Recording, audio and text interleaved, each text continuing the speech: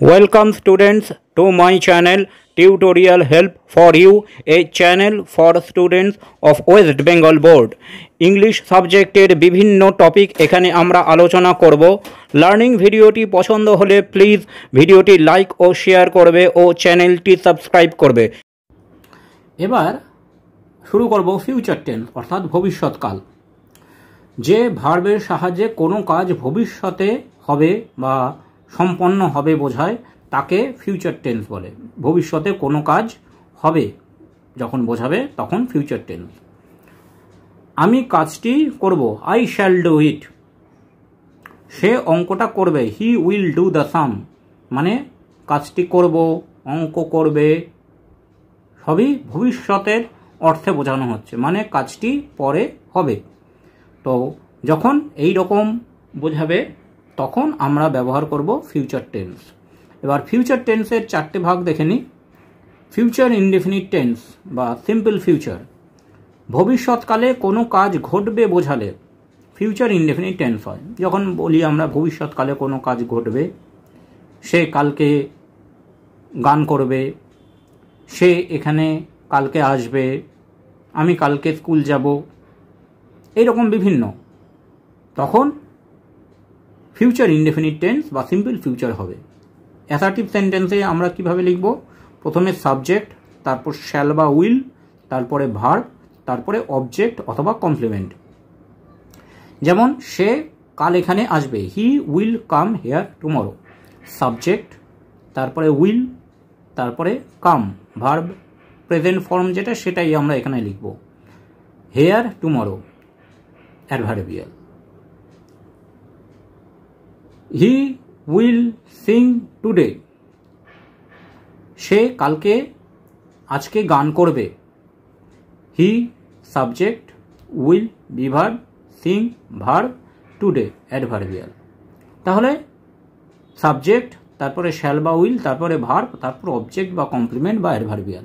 এইভাবে ভবিষ্যৎকালের কোনো কাজ যখন বোঝাবে তখন আমরা ফিউচার ইনডেফিনিট টেন্স করব।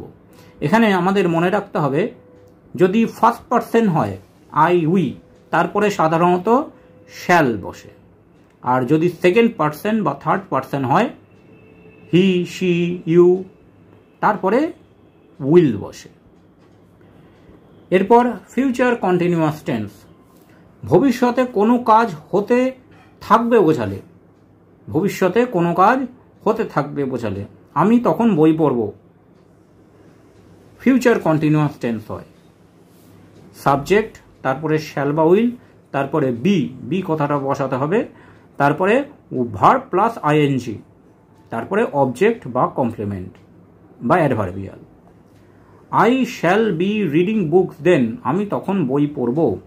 তাহলে আই সাবজেক্ট, তারপরে শ্যাল, তারপরে বি, তারপরে read plus ING, books object, আর then adverbial.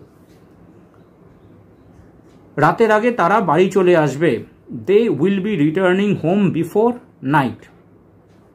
They subject, will, তারপরে বি, তারপর returning, return plus ING, verb plus ING, object, তারপরে adverbial. They will be returning home before night. তাহলে ভবিষ্যৎকালে কোনো কাজ হতে থাকবে বোঝালে ফিউচার কন্টিনিউয়াস টেন্স হয়।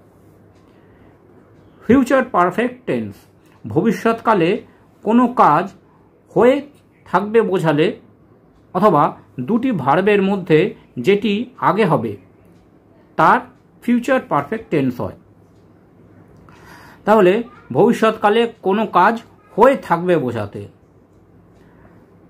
সে যাবার আগে আমি ওখানে পৌঁছে যাব, বা সে কাজ করতে শুরু করার আগে আমি কাজ করা শুরু করে দেব।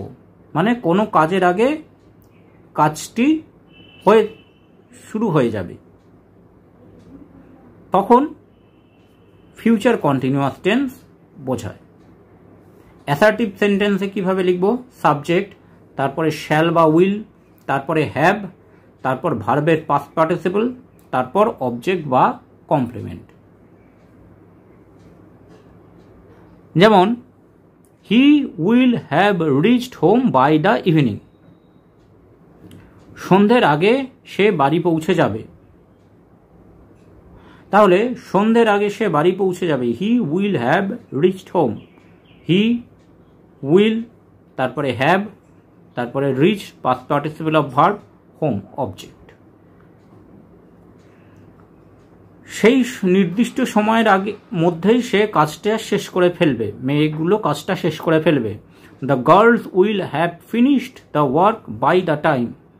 তাহলে সময়ের আগেই মেয়েগুলো কাজটা শেষ করে ফেলবে। দ্য গার্লস সাবজেক্ট, উইল, তারপরে হ্যাভ, তারপরে ফিনিশড ভার্বের পাস্ট পার্টিসিপল, তারপরে অবজেক্ট।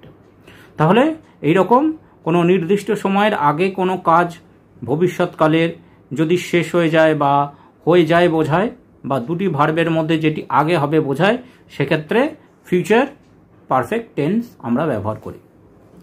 আর শেষে আসছে ফিউচার পারফেক্ট কন্টিনিউয়াস টেন্স।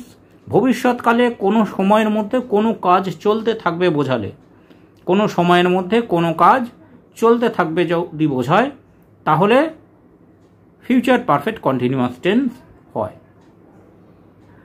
সে এখানে 5 বছর ধরে থাকবে। তাহলে সে এখনো থাকতে শুরু করেনি, কিন্তু যখন সে থাকতে শুরু করবে তখন সে 5 বছর ধরে থাকবে। এই রকম যখন বোঝাবে ভবিষ্যৎকালে কোনো সময়ের মধ্যে কোনো কাজ চলতে থাকবে বোঝাবে, তখন ফিউচার পারফেক্ট কন্টিনিউয়াস টেন্স বলে। কিভাবে আমরা বাক্যটা লিখব? প্রথমে সাবজেক্ট, তারপরে শ্যাল বা উইল, তারপরে হ্যাভ বিন, তারপরে ভার্ব প্লাস আইএনজি, তারপরে অবজেক্ট।